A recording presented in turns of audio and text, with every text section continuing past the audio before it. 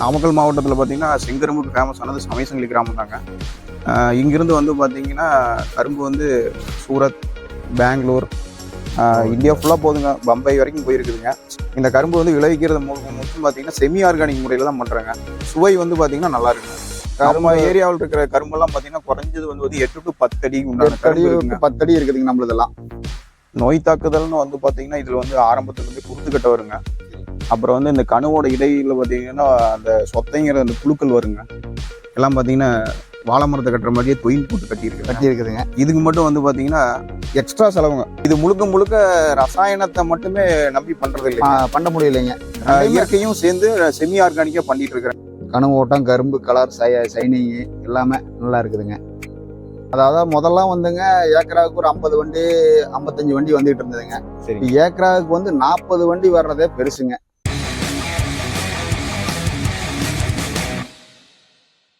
வணக்கங்க, என் பேர் முருகனுங்க. சமயசங்கிலி நாமக்கல் மாவட்டங்க. ஒரு 10 வருஷமா இந்த கரும்பு பொங்கல் கரும்பு சாகுடு பண்ணிட்டு வரேங்க. நாங்கள் ஒரு ஏக்கரா போட்டிருக்கிறேங்க. குறைஞ்சது ஒரு 100 ஏக்கராவுக்கு பக்கமாக போட்டிருக்கிறாங்க நம்ம சமயசங்கிலி கிராமத்தில். நாமக்கல் மாவட்டத்தில் பார்த்தீங்கன்னா செங்கரும்புக்கு ஃபேமஸானது சமயசங்கிலி கிராமம் தாங்க. இங்கிருந்து வந்து பார்த்தீங்கன்னா கரும்பு வந்து சூரத், பெங்களூர், இந்தியா ஃபுல்லாக போகுதுங்க, பம்பை வரைக்கும் போயிருக்குதுங்க. சில்லறை வியாபாரிகள் கவர்மெண்ட் வாங்கினது போக மீதம் இருக்கிற கரும்பை வாங்கி கொண்டு போய் லோக்கலில் சின்ன கடையாக போட்டு சேல்ஸ் பண்ணுறாங்க. 8லிருந்து 10 அடிக்கு மேலே தான் கரும்பு வளர்ந்துருக்குதுங்க. நம்ம சமயசங்கிலி கிராமத்தில் விளையிற கரும்பு பார்த்தீங்கன்னா மற்ற ஊர் கரும்போட டேஸ்ட் வைஸ் பார்த்தீங்கன்னா நல்லா இருக்குங்க. இந்த கரும்பு வந்து விளைவிக்கிறது முற்றும் பார்த்தீங்கன்னா செமி ஆர்கானிக் முறையில் தான் பண்ணுறாங்க. சுவை வந்து பார்த்தீங்கன்னா நல்லா இருக்குங்க. நம்ம ஏரியாவில் இருக்கிற கரும்பெல்லாம் பார்த்தீங்கன்னா குறைஞ்சது வந்து 8 to 10 அடி உண்டான கரும்பு 10 அடி இருக்குதுங்க. நம்மளதெல்லாம் 10 அடிங்க. அந்த கரும்புக்கு உண்டான அந்த உருட்டுங்கிறது எல்லாமே பார்த்தீங்கன்னா சீரா எல்லாமே சோக கருகருப்பு எல்லாமே இருக்குதுன்னு வச்சுங்களேன்.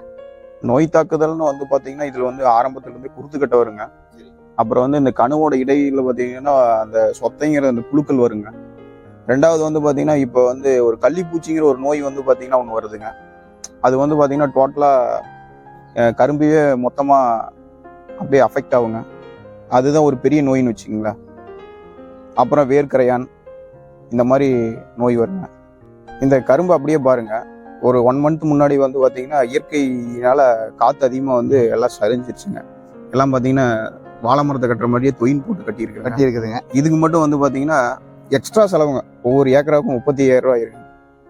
இது வந்து புது செலவுன்னு வச்சுங்களேன், இவ்வளவு நாளா கிடையாதுங்க.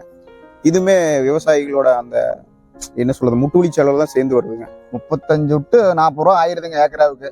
படுகடியா காத்தடிச்சு இயற்கை வந்து இதாயிருதுங்க. அந்த டிஏபி 20-20-013 அதை யூஸ் பண்ணிக்கிங்க. அப்புறம் வந்து பார்த்தீங்கன்னா ஆர்கானிக்ல வந்து பார்த்தீங்கன்னா பஞ்சகாவியா, கியூமிக்குங்க, IMI கரைசல், மீன் அமிலம் இதையும் கூடுதலாக கொடுப்போங்க. இது முழுக்க ரசாயனத்தை மட்டுமே நம்பி பண்றது இல்லை, பண்ண முடியலைங்க.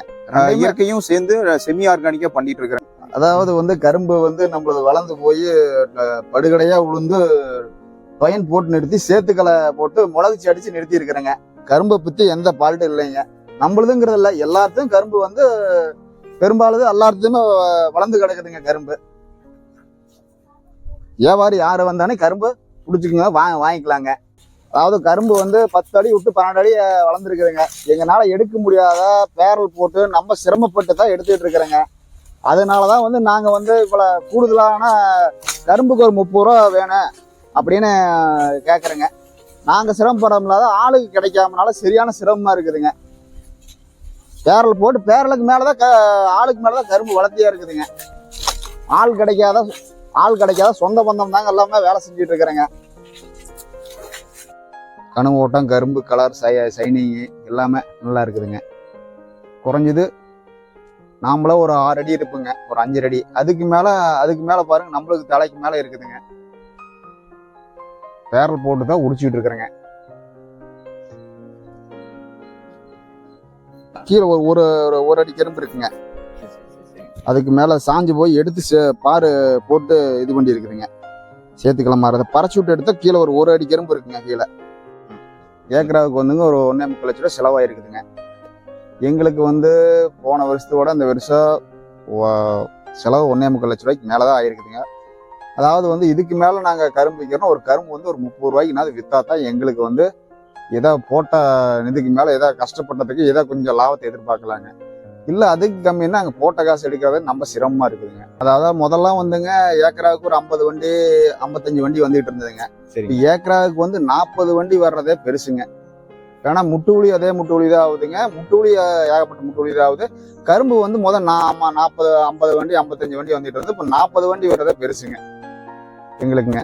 சரி, இப்போ ஒரு வண்டிக்கு எவ்வளவு கரும்புகள் அப்படி? ஒரு வண்டிக்குங்கிறத 400 கரும்புங்க. 400 கரும்புங்க. ஆமாங்க. அதாவது வந்து போன தாட்டி கவர்மெண்ட் வந்து கொடுத்ததை விட இந்த தாட்டி கொஞ்சம் கூடுதலாக கொடுத்தா தான் எங்களுக்கு வந்து ஒரு பெனிஃபிட்டுங்க. வியாபாரி எடுத்தானையுமே ஏதாவது சேர்த்து பண்ணா தான் நாங்கள் போட்ட காசு ஏதாவது பண்ண முடியுங்க. இல்லைன்னா எங்களுக்கு கை நட்டம் தான் வருங்க.